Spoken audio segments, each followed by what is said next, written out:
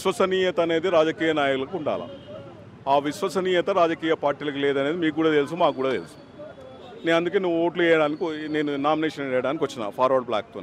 విశ్వసనీయత గల పార్టీ ఏంటంటే ఫార్వర్డ్ బ్లాక్ పార్టీ. ఎందుకంటే ఇది సుభాష్ చంద్రబోస్ పార్టీ ఏర్పాటు చేసిన పార్టీ, టోపీల పార్టీ అయితే కాదు. ఇది విషయం ఏంటంటే ఈరోజు బీసీలకు నిజంగా 42% కేటాయిస్తాయని అసెంబ్లీలో తీర్మానం చేసిన కాంగ్రెస్ పార్టీ కానీ, బీజేపీ కానీ, బీఆర్ఎస్ కానీ, ఈ పార్టీలు మాత్రం బీసీల పట్ల పాత ఇప్పటివరకు కూడా లేరు.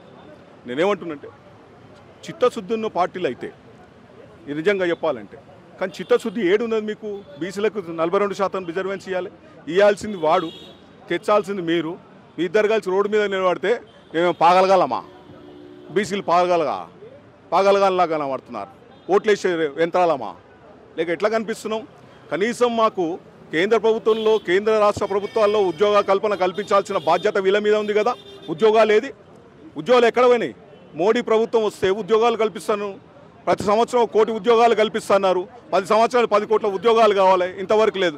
సబ్కా సాత్ సబ్కా విసాద్ అన్నారు, ఇంతవరకు సాత్ లేదు, 7.5 లేదు, సాత్ లేదు, 7.5 లేదు, ఏది లేదు. ఎవడైనా బీసీలకు 2000 కోట్లు ఇస్తాడు?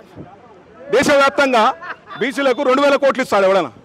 అంటే ఈ దేశంలో దాదాపు 75 ఏళ్ళు ఏవైతే శాతం ఉందో వాళ్ళకు 2000 కోట్ల రూపాయలు ఇస్తే చారాన ఆటన పట్టుకోవాలన్నా?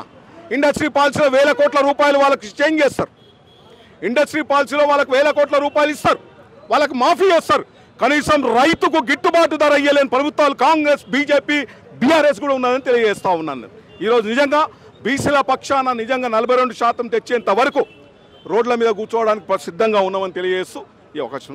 ఇది సమాజం ఏమన్నా ఈడున్న ప్రభుత్వాలలో ఉండే సన్వయమే లేదు ప్రభుత్వాలు ఉన్నదానికి. ఇప్పటిదాకా 12 అయింది మాకు.